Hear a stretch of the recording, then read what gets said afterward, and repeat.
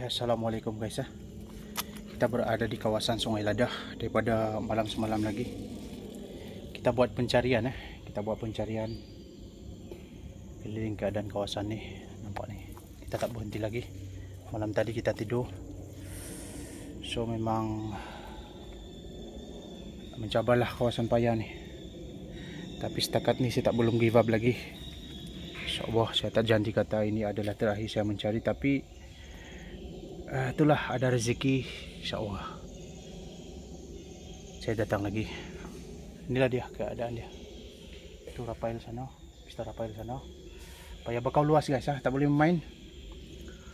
Walaupun kita punya kali hidapi, tapi masih lagi ada part-part yang susunan pencarian tu belum lagi habis guys.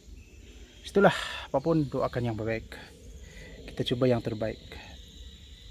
Tapi Allah yang maha mengetahui guys. InsyaAllah, thank you semua. Penat guys Tapi itulah, puas hati. Assalamualaikum.